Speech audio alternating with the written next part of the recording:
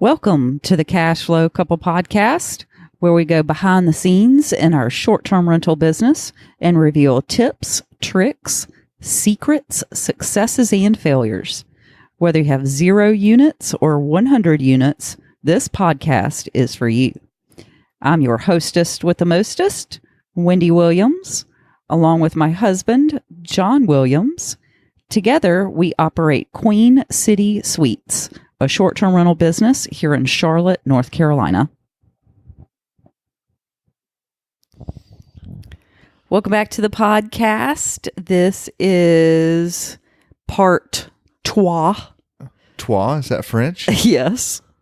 This is part 3 of operating your business. So last week we had part 2. Part 2. So what's part 1? Uh-huh. That's right. So in French it's Un, deux, trois. Gotcha. Okay. Yep. So this week we are going to learn some French, and we are also going to continue talking about how we operate our business. And this week it is having standard operating procedures and documenting everything. So I'm interested to see how you're going to tie this into learning French. Maybe I'll throw some French in there. Okay. Well, how would you say standard operating procedure Oh, in dear French? God. This is one of those questions I should not ever ask Wendy. Oh my gosh, I have no idea. Because Wendy's like, I don't know, man, I learned French in a bar in France. They didn't talk about standard operating procedures there. Nope. I can tell you how to bum a cigarette. Or cuss somebody out. Or cuss somebody out. There you go. And I have no idea what she's saying, by the way, but I know it. I know I'm in trouble. Yes, always.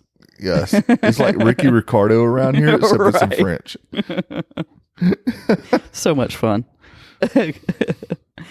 So this week we're going to talk about having standard operating procedures, and this is really the core of your business. I mean, when you think about what a business is, it is your systems and your processes. It really is. That's what having a business means. Because if you don't have those things, then what have you got? Nothing.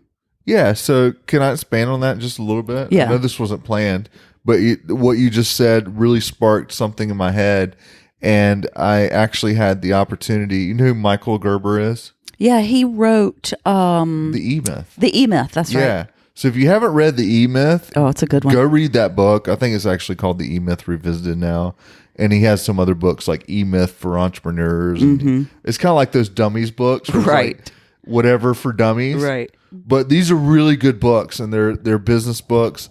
And the whole idea behind his whole procedure and the books that he writes is around this topic. It's like systems and processes, and the value of your business really is in the systems that you have.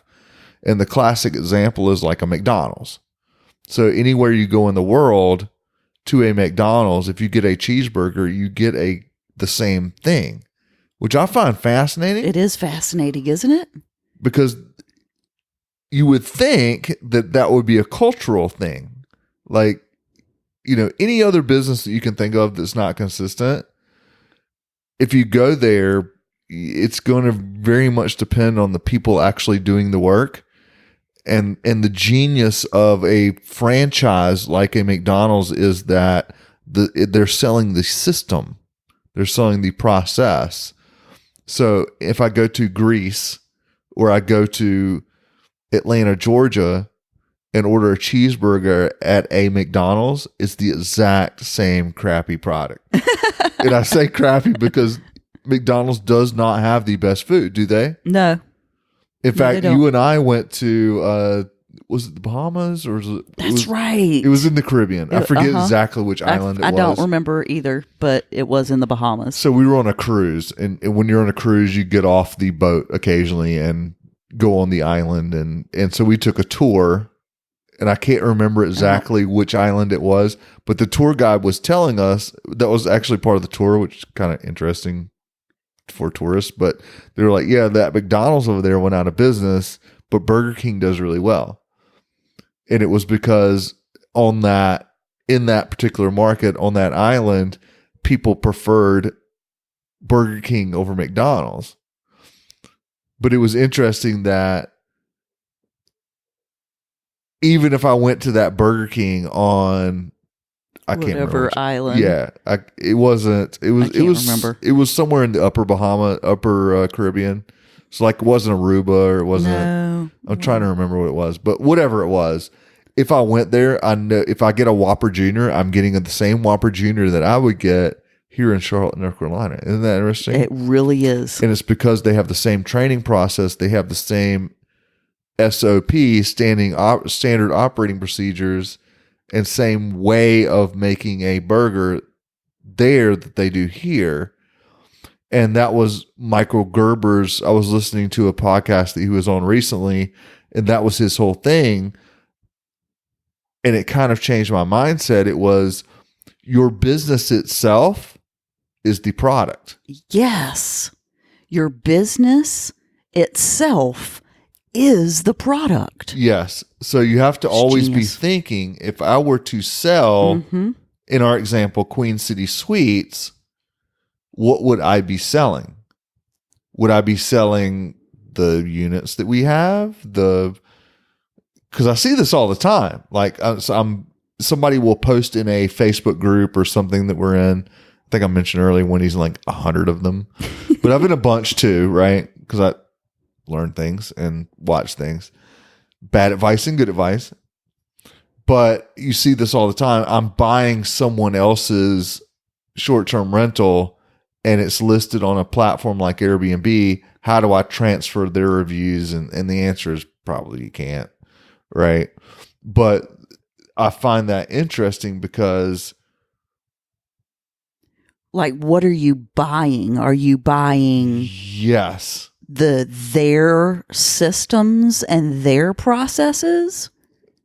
Right. They're looking at it as reviews and listing. And really what you should be thinking about is, what's the value in that business? The value is in their processes. Yes.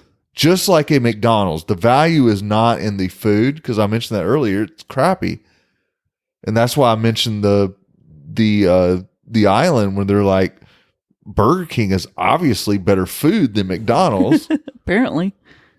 But that's not what you're buying when you buy into a McDonald's franchise. You're buying the system. Yep. How to operate the business. Yes. Specifically. Yes. All of that. Like, which registers to buy, what equipment do you need, right. What your menu is, what your prices are, how do you build a cheeseburger. Right. Right. Like, how many ounces of mustard and ketchup and onions, and how do you toast the bread, all that stuff. How to train the employees. Yes, all of that. That is the value in the franchise. That's why people buy a McDonald's franchise instead of just opening another burger place. Because it's like getting a like a manual, like an operation manual. It's like, here's the manual, go do it. And that's what Michael Gerber was saying. He was saying that you need to build your business with that in mind, that the product isn't what you're providing. Like in our example, what we're providing are short-term rental stays, but the actual value in the business isn't that. It's the business itself. It's how it runs. How you do that. Right. It's the how. And that's what made me think about when I see these posts about how can I get how can I buy this place and get the reviews and everything. That's not what you're buying. You're buying the processes that they have in place. If they don't have really good ones, then maybe you're not buying what you think you're buying. Right. Maybe you're just starting all over and you're getting a location. Well, that's a really good place to start. So let's start at the beginning and let's talk about what we did in the beginning, because you don't just sit down one day and say, okay, let me just write all my standard operating procedures. Here's how I'm going to do this. Here's how I'm going to do this. We're going to do this way. Here's how we're going to do this. That's not how it works. No, it's not. And you can try that, but you're going to get it all wrong. Well, I would or imagine it's going to be so. incomplete. I would imagine so. Because you don't know what you don't know. That's right. And that's exactly what I was just about to say. You don't know what you don't know if you've never done it before. Yeah, for sure.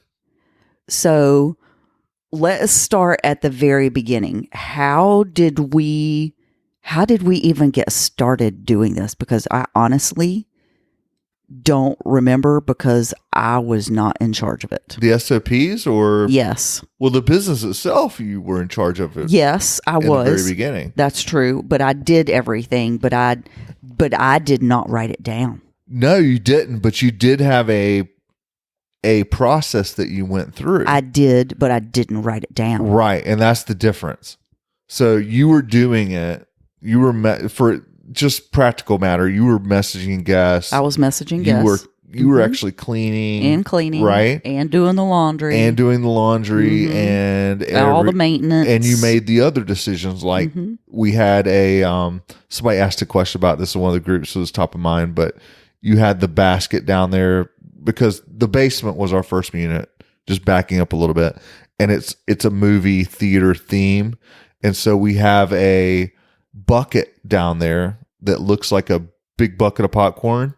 It's plastic, but it looks like a big bucket of popcorn, and you put popcorn and candy, some candy in it, because it was goes, movie. It goes with the theme.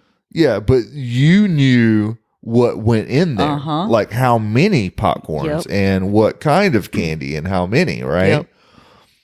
So even though you didn't realize it, you had a system and standard procedures that you did every time. Yes. You cleaned it the same way. I cleaned it the same way every time. I used the same, paper.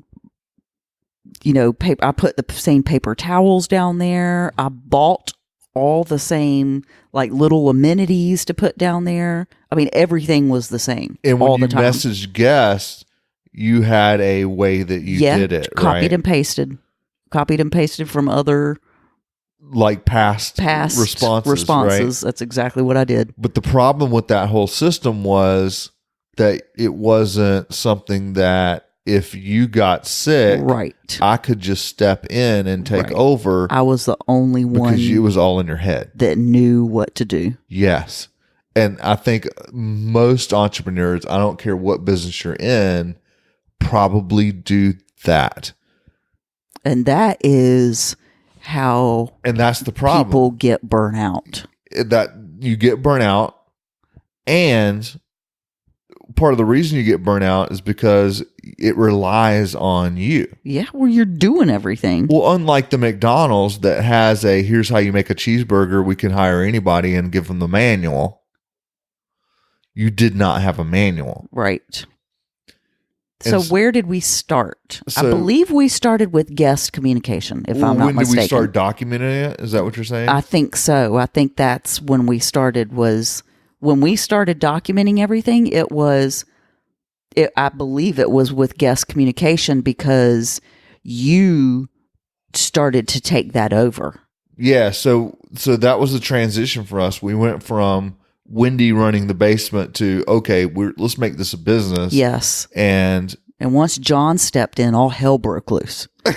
Because John's like, why do you do this? Why are you doing it this way? And I'm like, I don't know, dude. That's just the way it works. But that's what you were trying to come up with was, okay, is this the most efficient way to get this done? Why are you doing it this way? Right. That was the motivation, but that wasn't really the magic, though. The magic is in documenting it. Yep. Mm-hmm. Because now you can start writing it down so that it's the same every time. Because that's the way I think. I think that way. I think systematizing and documenting but you like that too, right? You like to organize. Love to organize stuff. And so I think we're kind of on the same page in that way. But for me, it was just like, I don't even know what you're doing. And I think it should be done this way. And you're like, well, I do it this way. And I was like, well, let's document that. Right. And I just didn't know how to document it. Well, I don't think it even occurred to you to do it. I don't think so. No. And I think that's normal. No. It's not like you're just didn't know. It's just like, well, you only had the one. Why does anybody else need to know? Exactly. Right. But if you're going to have 4, now you have to start saying, okay, well, some things need to be like standardized, or this is going to get way out of control. Not the truth. And so we started doing that. We started writing down, okay, when like you said, gust communication. That's what we kind of started with. When somebody asks this is what we say. Right. Like, for example, if somebody says, hey, we want to check out late, what do we say? And then we kind of document that. And for you, it started with copy paste. Mm-hmm. And then we started we actually created a at the advice of one of our mentors, actually, we created a Trello board for this. That's Trello, Trello. Yeah, and Trello is one of the tools that we use that's very critical in our business. Mm-hmm. And if you go check it out, at first it's kind free. Of like, it is free, but at first it's kind of like, what do I do with this?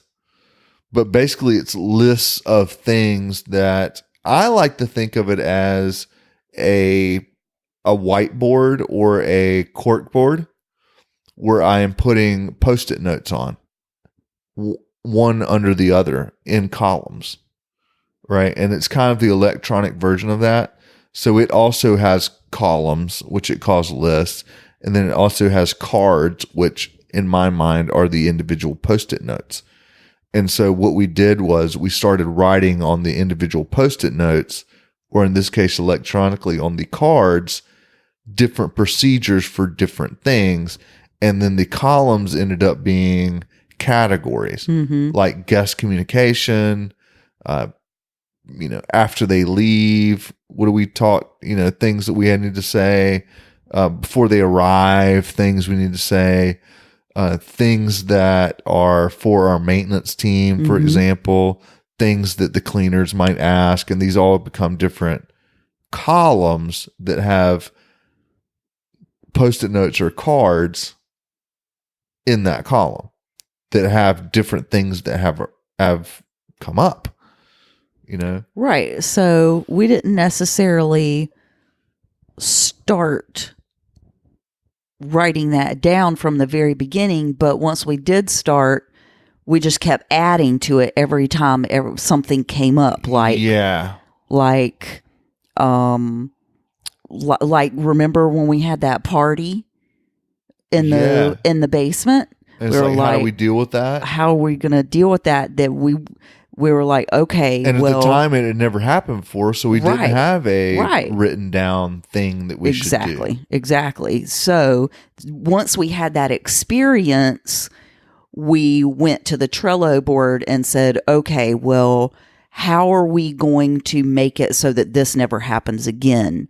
Well, here's what we need to do. We need to include in our house rules, no parties, whatever.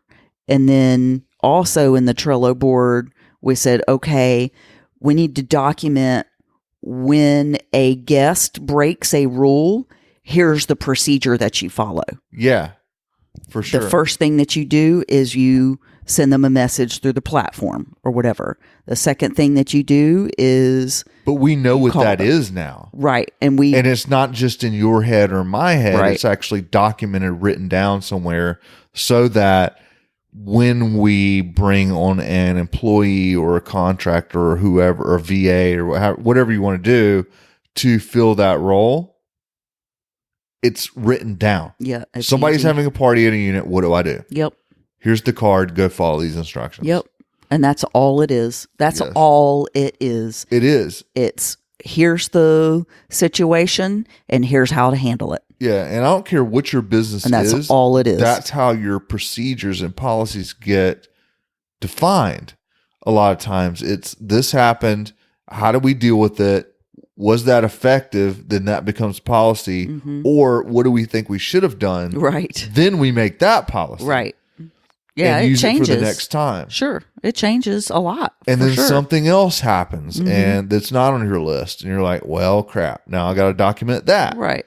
But over time, your board or your list of standard procedures and documentation gets larger and larger and larger. And it starts covering more and more and more of what reoccurs, to where somebody coming in from the outside would be like, they've got all this together.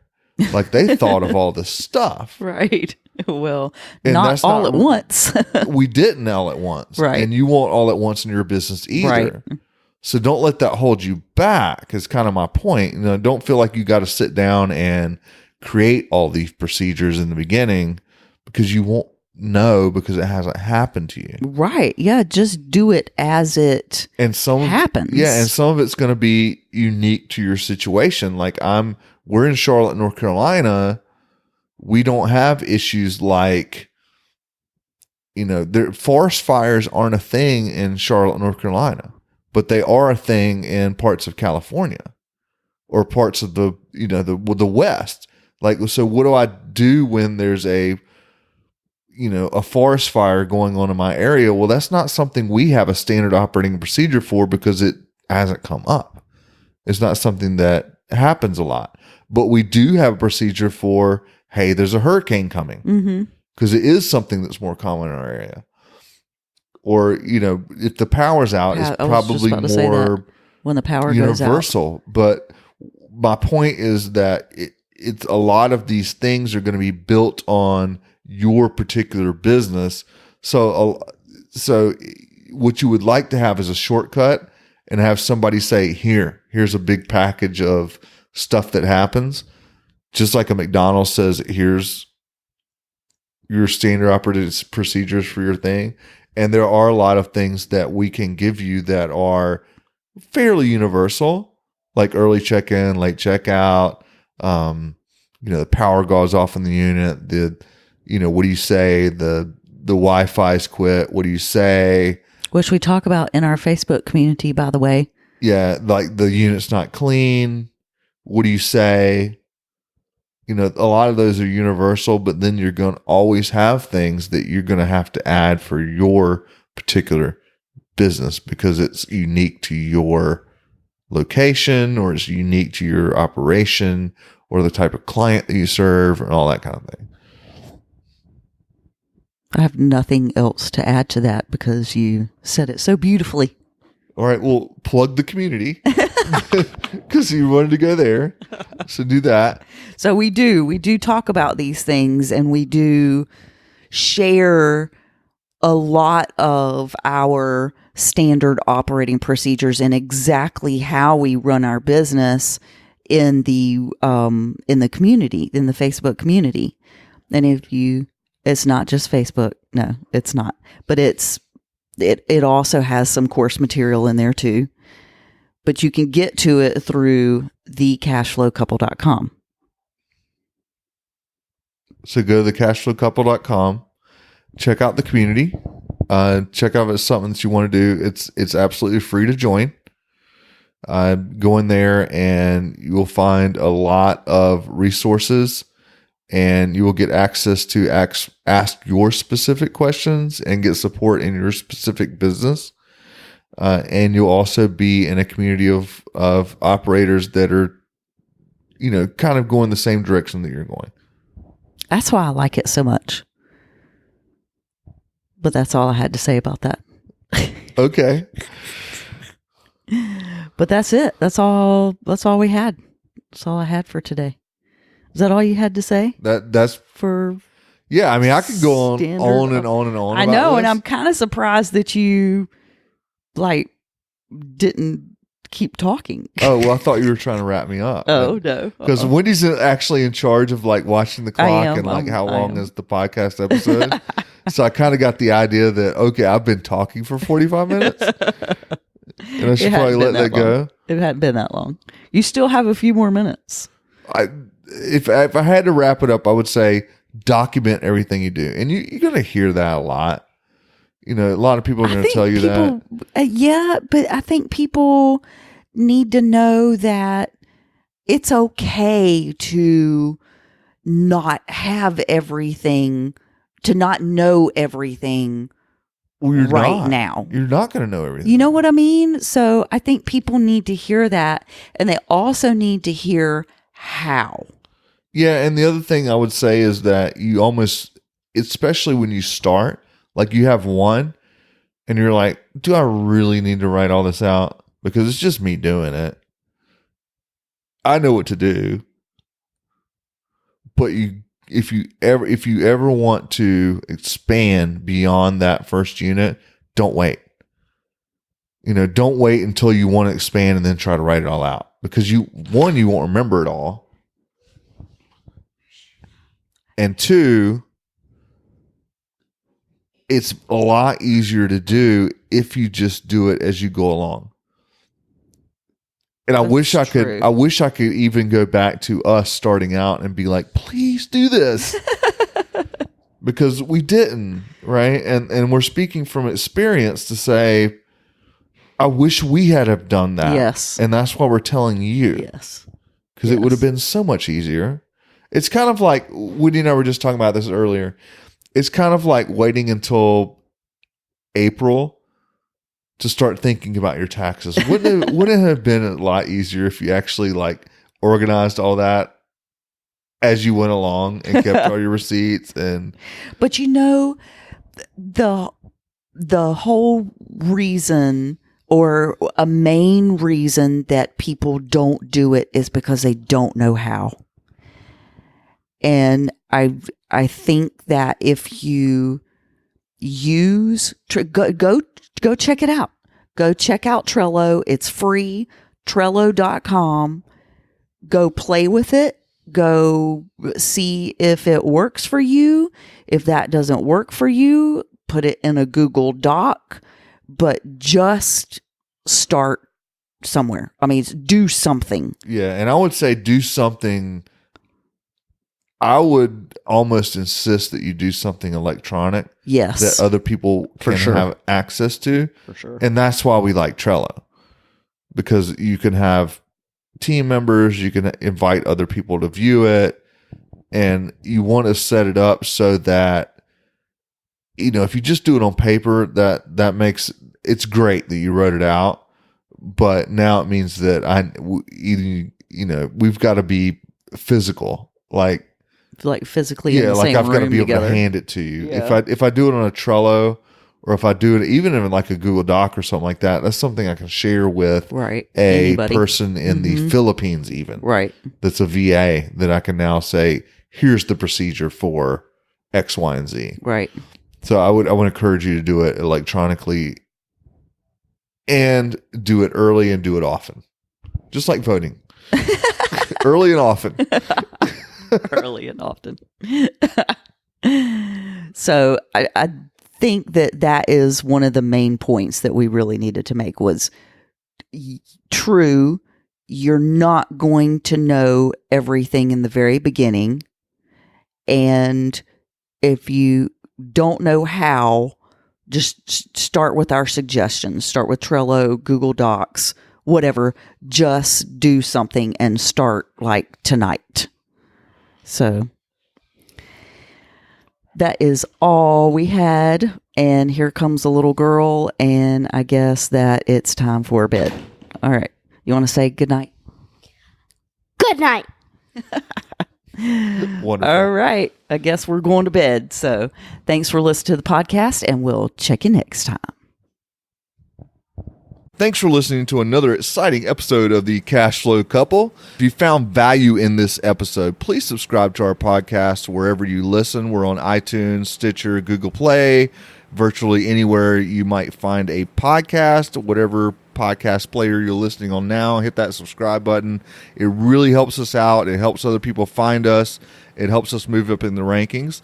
If you did not know, we also have a YouTube channel.